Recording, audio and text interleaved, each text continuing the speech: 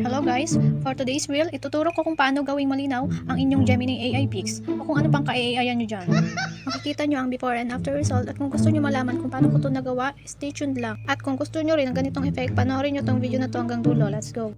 First, copy muna natin ang ating prompt.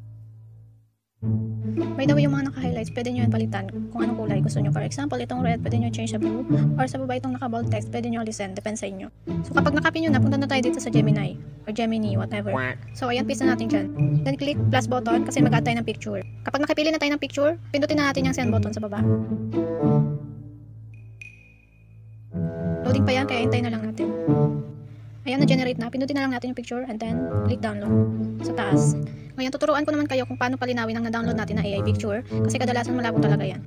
Pagka dito na tayo sa loob ng app, pindutin lang natin yung HD. Pindutin naman natin yung HD Ultra.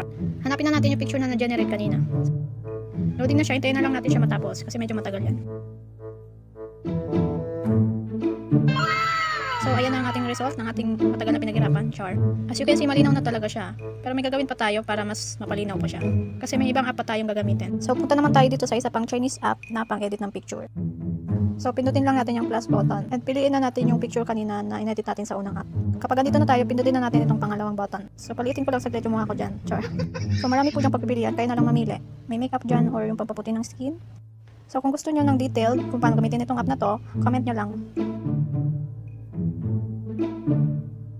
So, kapag tapos na tayo, scroll lang tayo pa left side and hanapin natin yung parang triangle. Pinapa-sharpen nyo yung photo to look more enhanced.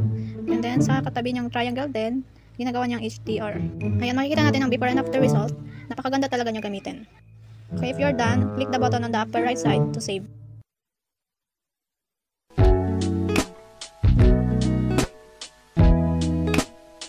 And here's the final result. Super pulido ng gawa, super linaw, and halatang high quality talaga.